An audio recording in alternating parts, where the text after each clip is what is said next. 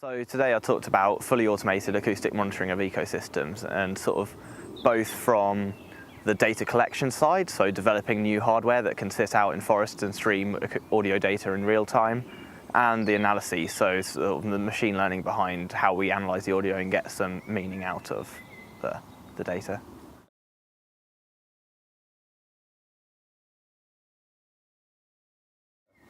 So we developed an open source device using a Raspberry Pi that sort of sits in forest canopies with a solar panel for continuous power.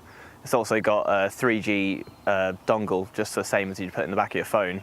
And all it does is sits and continuously records and uploads data for months or hopefully years at a time. And it takes away the burden of people traditionally having to go out and pick up SD cards, change batteries of devices in the field, which is kind of the status quo. And it means you can conduct these studies at a far larger scale, both spatially and temporally.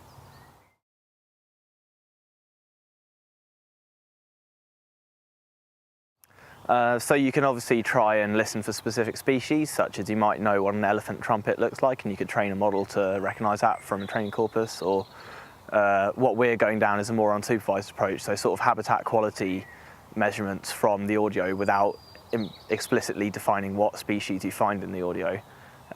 Alternatively, you can sort of do anomaly detection. Say you've got a week of normal audio from each of your forest sites. If someone comes along with a chainsaw, it sounds weird, so it's something different. So that's the kind of thing we're trying to do unsupervised anomaly detection and habitat quality measurements of ecosystems in a sort of fully hands-off manner.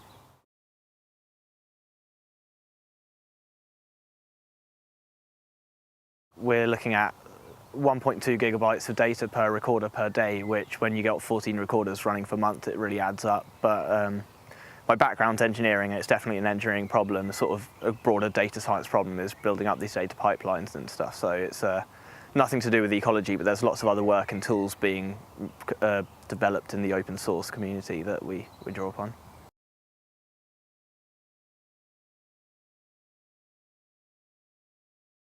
So one application of the anomaly detection is you could have a forest manager with hundreds of thousands of hectares of forest where they deploy for a relatively low cost, maybe 20 sensors, and every week they get an email saying, here's the 10 most anomalous sounds in your forest.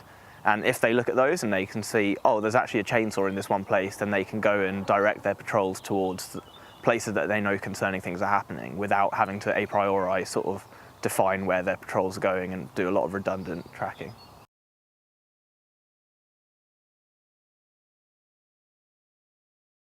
So actually we've got all these recorders out, and we're sitting on hundreds of gigabytes of great audio data, and we're actually developing a website where people will be able to go and sort of scan across our recorders and listen across different times and landscape types.